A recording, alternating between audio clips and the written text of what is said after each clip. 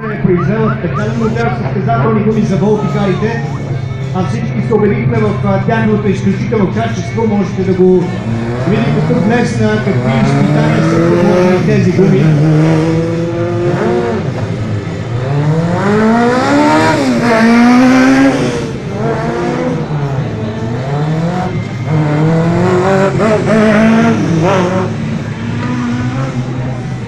Виждаме вече на трасето Сина Колаев с предния волтикар с номер 10, с номер 7 Илилавия волтикар Калин Стефанов и с номер 8 Александър Щерев с синия волтикар.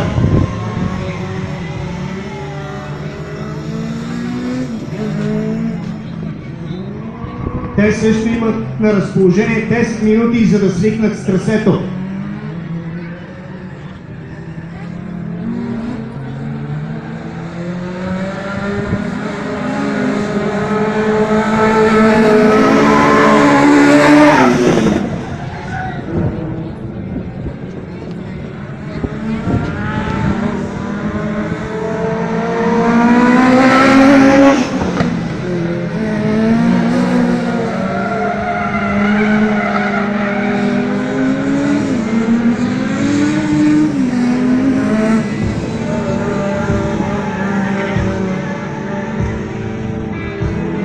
Днес сред вас в зоната са и красивите момичета на Елф, които са ви приготвили изненади.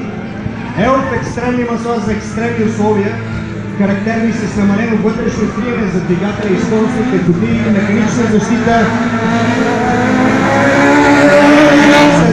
Mechanical Protection, определение на топлината, подобрено охлаждане на двигателя.